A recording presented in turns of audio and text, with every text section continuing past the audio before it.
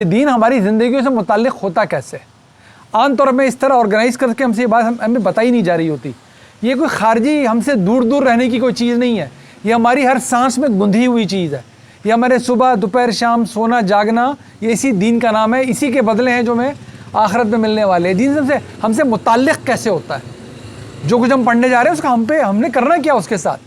یہ دین اللہ تعالیٰ نے کیا کمال حکمت بروئے کار لے کر آئے. دین اس نے آدھا ہمارے اندر دے کر اس دنیا میں بھیجا ہوتا ہے. اسے کہتے ہیں داخلی دین. یہ نبیوں کی تعلیم کا محتاج نہیں ہوتا. یہ اس کی اتنی بڑی شان ہے اس دین کی کہ اگر یہ نہ موجود ہو یا یہ مسخ ہو جائے تو نبیوں کی تعلیم اثر ہی نہیں کر سکتی. ابو جہل ہی مرے گا اور فرعون ہی مرے گا. پھر جو خارجی دین ملتا ہے یعنی کہ نبیوں کے ذریعے وہ دین پھر اس پہ اثر نہیں کر پاتا. یہ دینوں موجود ہوں. اس کی دوسری سب سے بڑی خاص بات یہ ہے کہ اب پیدا ہونے والا پہاڑ پہ پیدا ہو جائے بے شک وہ یہ دعویٰ کر دے یا اللہ میں کیا کروں مجھ تک تو کسی نبی کی تعلیم ہی نہیں پہنچی تو اللہ کے پاس یہ ٹیسٹ پیپر بہت ہے اس سے لینے کے لیے. یہ دین کیا ہے؟ یہ ہماری فطرت ہے جو ہمیں اللہ تعالیٰ نے ودیت کر کے ہمیں اس دنیا میں بھیجا ہے. بار بار قرآن میں بتایا ہے فَأَلْهَمَهَا فُجُورَهَا وَتَقْوَاهَا وَهَدَيْنَاهُ النَّجْدَيْنِ وَهَدَيْنَاهُ السَّبِيلَ إِمَّا شَاكِرًا وَإِمَّا كَفُورًا قَدْ أَفْلَحَ مَنْ زَكَّاهَا وَقَدْ خَابَ مَنْ دَسَّاهَا. جب یہ اندر کی فطرت سلیم جسے ہم شعور کہتے ہیں اسے ہم اپنا ضمیر بھی کہتے ہیں جب اسے خارجی دین سے ملتی ہے جب یہ ریسپٹر اس لائگنڈ سے ملتا ہے اسے صراط مستقیم کہتے ہیں. یہ فَأَلْهَمَهَا فُجُورَهَا وَتَقْوَاهَا قَدْ أَفْلَحَ مَنْ زَكَّاهَا وَقَدْ خَابَ مَنْ دَسَّاهَا. اب جوڑو اس شعور کو اس علم سے جوڑو جو ہم نے نبیوں کے ذریعے تمہیں دیا ہے. یہ کون سا فطرت ہے؟ یہ فطرت ہے جو جاپانی جو کسی نبی کی تعلیم نہیں جانتا سچ کو سچ کہتا ہے جھوٹ کو جھوٹ کہتا ہے لائلٹی کو لائلٹی کہتا ہے ڈسلائلٹی کو ڈسلائلٹی کہتا ہے چوری کو چوری کہتا ہے. یہ ہمارے اندر یہ شعور لے کر ہم پیدا ہوئے. میں کسی کا بھی مال لوں میرا مال کوئی نہ لے. چوری ہم نے اس طرح سیکھی ہے. نبی تو بتاتے ہیں ایسا ہی کرنا آخرت آ جائے گی. موت تمہارے اختتام نہیں ہے. لہذا اس رب کو پہچانو اور وہ کرو جو ہم کرنے کے لیے کہہ رہے ہیں. اس کو کہتے ہیں خارجی ماخذ دین کا جو صرف اور صرف اللہ کے انبیاء دے سکتے ہیں. آخری نبی وہ علم وہ عمل دے کر گئے. یہ شعور اتنا اہم ہے. میں نے آپ کو مثال دے دی. ابو جہل ہے وقت کے آخری نبی سامنے کھڑے ہوئے ہیں. قرآن زبان پہ جاری ہے مان کے نہیں دے رہا کیونکہ یہ ریسپٹر کام ہی نہیں کر رہا. اور جن کے ریسپٹر زندہ ہیں جن کی فطرت سلیم ہے وہ بڑھ کر لپک کر قبول کر رہے ہیں. اور کیا عمر اور کیا ابو بکر اور کیا دوسرے درخشاں ستارے وہ اپنی جانوں پہ کھیل رہے ہیں اور اسلام کو قبول کر رہے ہیں. ان کے شعور نے گواہی دے دی جو کچھ یہ کہہ رہے ہیں وہ ٹھیک ہے. تو یہ ہے وہ دین جو ہم سے متعلق ہونے والا ہے. یہ ہمارے اندر ودیت کر کے بھیجا گیا. قرآن میں اس کا اعلان جا بجا ہوا ہے اور کہا گیا ہے اب اس کی سنو اور اس کی مانو جو یہ آخری نبی تمہیں کہہ رہے ہیں. نبی صلی اللہ علیہ وسلم ہمیں کیا دیتے ہیں؟ یہ بچہ نہیں سیکھ سکتا اگر نبیوں سے نہ سیکھا ہو.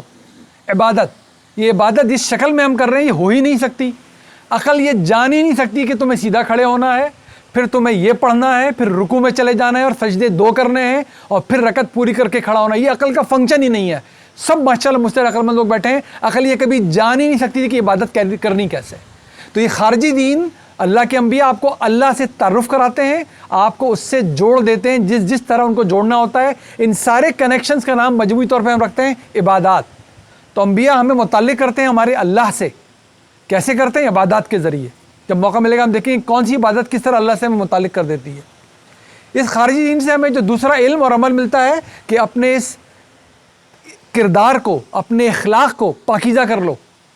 انفرادی طور پہ بھی اور اس سے دوسری دنیا وابستہ ہوگی. اجتماعی طور پہ بھی تم سے جو شخص وابستہ ہو اس سے تمہارا اخلاق اور کردار بالکل پاکیزہ ہونا چاہیے. انفرادی سطح پر بھی معاشرے کی سطح پر بھی قوم کی سطح پر بھی. اس میں کوئی اخلاقی بدکاری نہ آنے پائے کردار کی کوئی کمزوری بیچ میں آنے نہ پائے.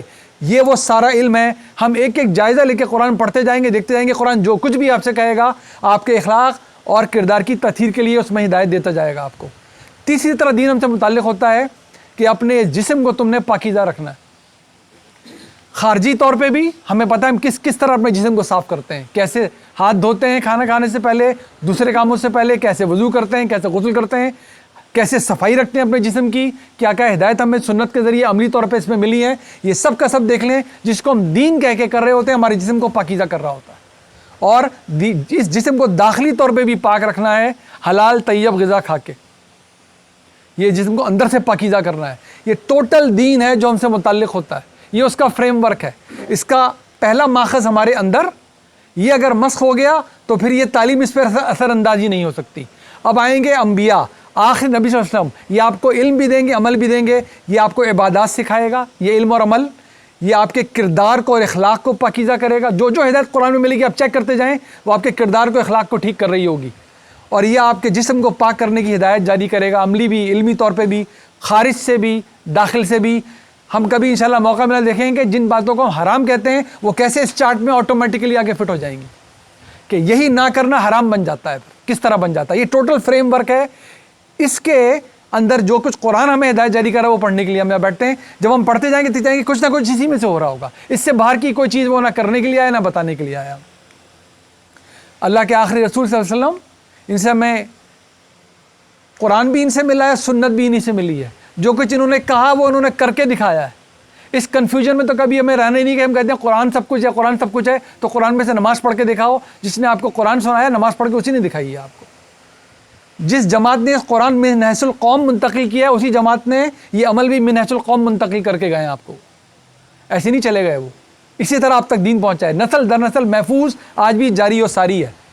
یہ قرآن ہم جب بات کرتے ہیں میں قرآن سے سمجھتے ہیں قرآن فرقان ہے، قرآن مہیمن ہے، قرآن میزان ہے. تو کیا مطلب ہمیں باہر سے کچھ چاہیے؟ نہیں، بالکل نہیں. قرآن جو پڑھے گا وہ جان لے گا. قرآن آپ کو باہر کی دنیا میں لے کر جائے گا. وہ آپ کو جب دلائل دے گا تو آپ کی عقل کو جھنجھوڑ کے رکھ دے گا. یہ قرآن سے باہر کی چیز ہے. وہ آپ کو جب تاریخ دلائل دے گا تو آپ کو دائیں بائیں مڑنا نہیں پڑے گا، اف اینڈ بٹ نہیں چلے گا. یہ قرآن سے باہر کی چیز ہوگی. اور جب آپ کو بتائے گا آسمان کی طرف دیکھو، زمین کی طرف دیکھو، اپنے اندر جھانک کے دیکھو، اپنی آنکھیں کھولو، اپنے کان کھولو، یہ قرآن سے باہر کی چیزیں ہوں گی. جو قرآن آپ کو متوجہ کر کے دکھائے گا یہ بھی قرآن سے خارج کی چیز ہوگی. لیکن ان میں سے جو کچھ بھی ہوگا آپ اس کو نگیٹ نہیں کر سکیں گے. یہاں کوئی مسلمان جذباتی بیان نہیں دے رہا، یہ علم کے طور پہ جگمگا رہا ہے. 1450 سال سے سب کو چیلنج دے کے کھڑا ہوا ہے کہ ہمارے بچے، کیا غیر مسلموں کے بچے، لاؤ اپنا علم لیا اس کے سامنے، اس کو جانچو، اس کو پرکھو.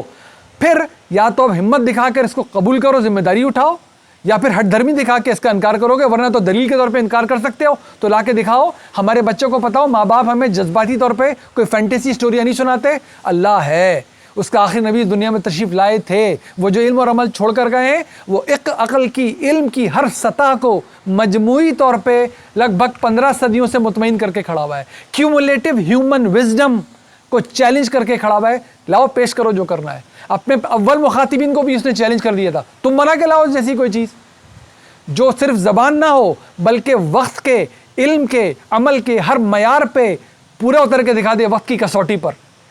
ہم میں سے اتنے ماشاءاللہ سب قابل لوگ بیٹھے ہیں اپنے اپنے شعبوں میں. آپ 50 سال پرانی کتاب نہیں پڑھ سکتے، ویلڈ ہی نہیں ہے.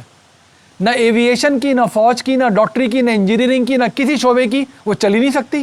اس کتاب میں آخر ایسا کیا ہے جو 1450 سال اپنے آپ کو اس نے بالکل ویلیڈیٹ کر کے رکھا ہوا ہے اور آئندہ کے لیے بھی چیلنج کر رہی ہے؟ بتاؤ اس میں سے کیا ختم ہو جائے گا؟ جب تک آخری انسان پیدا ہو رہا ہے اور اس نے مرنا ہے، اس میں دی گئی ہدایت اس سے متعلق رہے گی، اپ ٹو ڈیٹ رہے گی، ویلڈ رہے گی. اپنے بچوں کو ہم نے اس علم کے طور پہ اس سے وابستہ ہونا ہے. اگر ہم صرف عقیدے کی سطح پر اس دین پہ رہے تو آپ دیکھ رہے ہیں نہ اپنے اندر سے ہم بچ سکیں گے نہ باہر سے ہم بچ سکیں گے. ہمارے عقیدے اچک لیے جائیں گے. اللہ نہ کرے ایسا ہو. اسی کی ادنا سی کوشش ہم بیٹھ کے کرتے ہیں یہاں پر. یہ بار بار ہم کہتے ہیں، میں نے آپ کو فریم ورک بھی دیا، دین اور کچھ کرنے نہیں آتا، یہ تو آپ کو پاکیزہ کرنے آئے گا. آپ کے وجود کو بھی جس میں اخلاق اور کردار شامل ہے. کچھ بھی اٹھا کے دیکھ لیں آپ علم کے طور پہ جو دین کے نام پر کہا جائے، کچھ بھی اٹھا کے آپ دیکھ لیں جو عمل کے طور پہ دین کہہ کر بتایا جائے، وہ کرے گا آپ کو پاکیزہ. وہ آپ کا تزکیہ کر رہا ہوگا. جو نہیں کر رہا ہوگا چھان پٹک کے دیکھ لیں وہ بنایا ہوا دین ہوگا. وہ کسی نہ کسی نے اپنی بات ڈالی ہوگی، اپنا اسکول آف تھاٹ ڈالا ہوگا. وہ دین کا تقاضا ہو ہی نہیں سکتا. ایک ایک چیز کا جائزہ لے کے دیکھ لیں، اگر وہ تزکیہ کرتا ہوا نہ ملے، وہ عبادت کی کوئی چیز نہ ہو، وہ ہماری اپنی گڑھی ہوئی چیز نکلا کرے گی.